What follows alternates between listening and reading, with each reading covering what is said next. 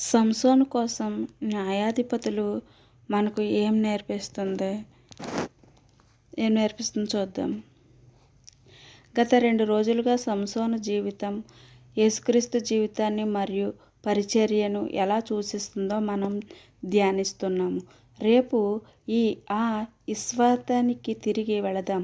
కానీ ఈరోజు మనం సంసోను జీవితం విషాదం గురించి ఆలోచిస్తూ కొంత సమయం గడపాలి.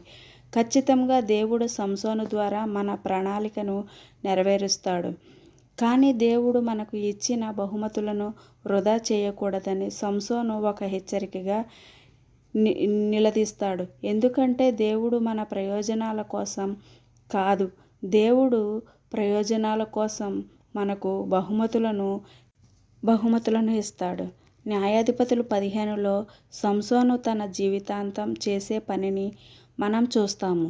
తన దృష్టిలో సరియైన విధంగా ఫిలిష్తీయులపై నిర్లక్ష్యంగా దాడి చేయడం, స్పష్టముగా చెప్పాలంటే ఫిలిష్తీయులపై దాడి చేయడం లేదా వారి పొలాలను తగలబెట్టడం. సంసోను హింస కాదు, దేవుని ప్రజలకు శాంతిని ఇవ్వడానికి, ఫిలిష్తీయులను ఓడించడానికి దేవుడు సంసోనును ఇశ్రాయేలులో న్యాయమూర్తిగా లేపాడు.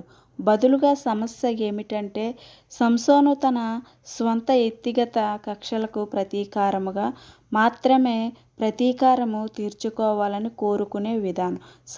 సంసోను తన జీవితంలో